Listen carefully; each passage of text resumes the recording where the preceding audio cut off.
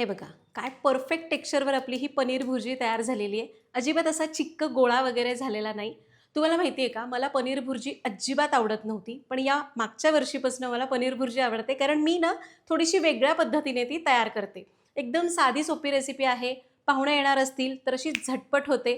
त्यासाठी व्हिडिओ शेवटपर्यंत बघा आणि आवडला तर लाईक करा. नमस्कार, सरिताच्या स्वयंपाकघरात म्हणजेच आपल्या सरिताज किचनमध्ये आज आपण पनीर भुर्जी कशी करायची ते बघणार आहोत. एकदम करायला सोपी आहे आणि मी थोडीशी वेगळी पद्धत वापरून पनीर भुर्जी करते. तीच रेसिपी आज तुमच्यासोबत शेअर करते. रेसिपीला सुरुवात करूया.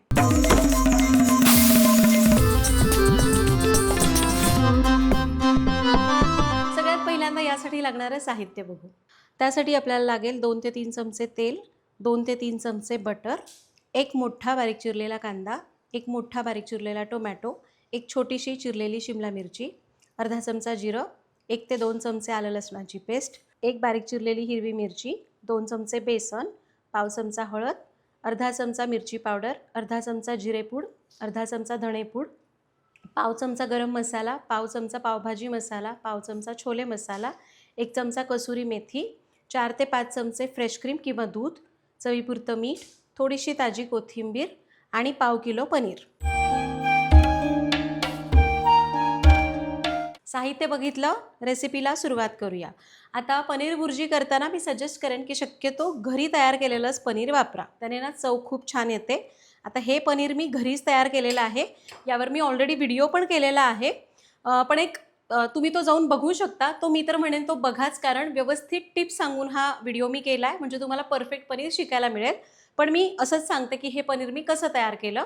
तर फुल क्रीम दूध घेतलं, त्याला उकळी आणली. उकळी आली की गॅस कमी करायचा. विनेगर आणि पाणी मिसळायचं आणि मग ते उकळत्या दुधामध्ये ते विनेगर थोडं थोडं करत घालत हलवत राहायचं जोपर्यंत दूध फाटत नाही. म्हणजे असं हिरवट पाणी आणि पनीर पनीर दिसत नाही. गॅस बंद करायचा. त्यानंतर लगेच याला कापडामधून गाळून घ्यायचं. गाळल्यानंतर त्याला स्वच्छ धुवायचं, नाहीतर मग विनेगरचा वास तसाच राहतो. धुतल्यानंतर त्याच कॉटनच्या कपड्यामध्ये भरलेलं असतं ना, त्याला घट्ट पिळून घ्यायचं आणि मग त्याच्यावर काहीतरी जड वस्तू ठेवायची. शक्यतो चाळणीवरच अधांतरी ठेवायचं, म्हणजे पाणी ठिपकलं जातं. वर काहीतरी जड वस्तू ठेवायची सपाट करून आणि त्याला 2 तास ठेवून द्यायचं. पनीर तयार होतं. पण जर तुम्ही पनीर भुर्जीसाठी करता ना, तर जस्ट त्याला फक्त धुवून घ्या, चांगलं पिळून घ्या आणि मग त्याचं जे काही छेना तयार झालेला असतो तो जसाच्या तसा वापरा. त्याला सेट करण्याची गरज नाही. आता हे पनीर मी घरीच तयार केलेलं आहे. तुम्ही घरी करा किंवा बाजारातलं वापरा. आता आपण सुरुवात करतोय. तर पनीर कसं करायचं ते समजलं. आता पनीर भुर्जी करताना शक्यतो पनीर न किसता असं हाताने चुरून घ्यायचं. पनीर जेव्हा आपण किसून घेतो ना, तेव्हा ना त्याचा असा एक गोळा तयार होतो. तसं छान टेक्स्चर येत नाही. त्यामुळे शक्यतो असं हाताने चुरून घ्यायचं.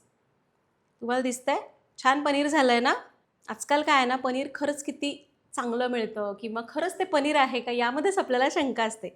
त्यामुळं सरळ घरी बनवायचं.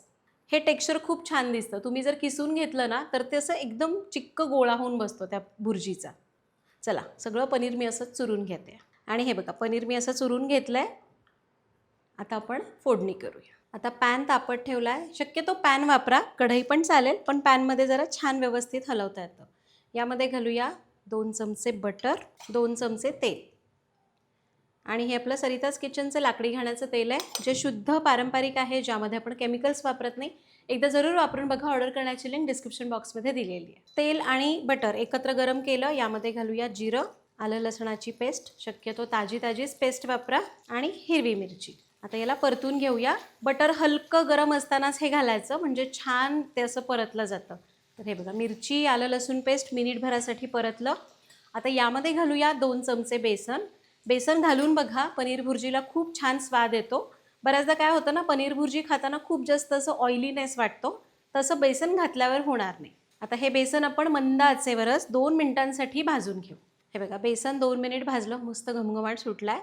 आता घालूया बारीक चिरलेला कांदा, बारीक चिरलेला टोमॅटो मी शक्यतो बिया काढून चिरते, म्हणजे ना खूप आंबटपणा उतरत नाही. आणि एक बारीक चिरलेली शिमला मिरची. थोडंसं मीठ घालूया आणि आता याला मस्त असं 3-4 मिनिटांसाठी परतून घेऊया. आणि हे बघा, सगळं आपण अगदी मस्त परतून घेतलेलं आहे. आता गॅस कमी करूया आणि यामध्ये सगळे मसाले घालू. हळद, मिरची पावडर, जिरेपूड, धणेपूड, पावभाजी मसाला पाव चमचा, गरम मसाला पाव चमचा, छोले मसाला पाव चमचा आणि थोडीशी कसुरी मेथी. थोडंसं पाणी घालायचं. एक हलकी ग्रेव्ही करायची, त्यामुळे खूप पाणी नाही घालायचं आपल्याला. आता याला मस्त असं परतून घेऊया 2 ते 3 मिनिटांसाठी. पनीर भुर्जी आहे ना, कधीही खूप कोरडी नाही ठेवायची. हलकी ग्रेव्ही आधी करून घ्यायची, म्हणजे मग काय होतं ना, पनीर असं असं थोडंसं ना ज्युसी लागतं, नाहीतर मग खूप असं कोरडं कोरडं तेलकट तेलकट होतं आणि मग खावंशी वाटत नाही. चला परतून घेऊया. आणि हे बघा, मस्त ग्रेव्ही तयार झाली की नाही, छान दिसतीये. आता हे आपण थोडंसं पाणी घालून परतलं. मला पाणी थोडं कमी वाटतंय, म्हणून मी आणखीन थोडं पाणी घालते. आपल्याला ना खूप कोरडी कोरडी ग्रेव्ही भुर्जी नाही करायची. झालं, याला आता मी मस्त परतते, म्हणजे हे पाणी थोडंसं शिजलं गेलं पाहिजे. अशी ग्रेव्ही हवी. झालं, आता हे 2 मिनटं मी शिजवून घेतलं. आता यामध्ये घालूया चुरून घेतलेलं पनीर, थोडीशी कोथिंबीर आणि उरलेलं मीठ. आता याला मस्त मिक्स करून घेऊ. तुम्हाला वाटलं की पाणी खूपच कमी झालं, एकदम ड्राय झालं आहे, तर तुम्ही थोडंसं गरम पाणी घाला. पनीर घातल्यावर आता गार पाणी नाही घालायचं. आणि हे बघा, याला मी चांगलं मिक्स केलं आहे. मला हे थोडं घट्ट वाटतं आहे, म्हणून मी पाणी आधीच गरम करायला ठेवलं होतं. यातलं थोडंसं पाणी घालूया. एकूण मी कपभर पाण्याचा वापर केला असेल. याला मिक्स करूया. हे जर तुम्ही किसून घेतलं असतं ना पनीर, तर याचा असा गोळा तयार झाला असता. त्यामुळं पनीर भुर्जीला कधीच पनीर किसून घ्यायचं नाही. पाणी मिसळलं, यावर झाकण ठेवायचं. 2 मिनटं फक्त वाफ काढायची. झालं, 2 मिनटांची वाफ काढली. मस्त दिसते की नाही पनीर भुर्जी? वाह! आणि याला एकदा मिक्स करून घेऊया. आणि यामध्ये घालूया फ्रेश क्रीम, जी पूर्णपणे ऐच्छिक आहे, नाही घातली तरी चालेल. याच्याऐवजी तुम्ही घरामध्ये जे दूध असतं साधं, ते वापरलं तरी चालणार आहे, किंवा नाही वापरलं, असंच गॅस बंद करून घेतला तरी चालेल. फ्रेश क्रीम घातली की गॅस बंद करायचा, जास्त वेळ याला चालू ठेवायचं नाही. आणि आपली ही मस्त चमचमीत पनीरची भुर्जी तयार आहे.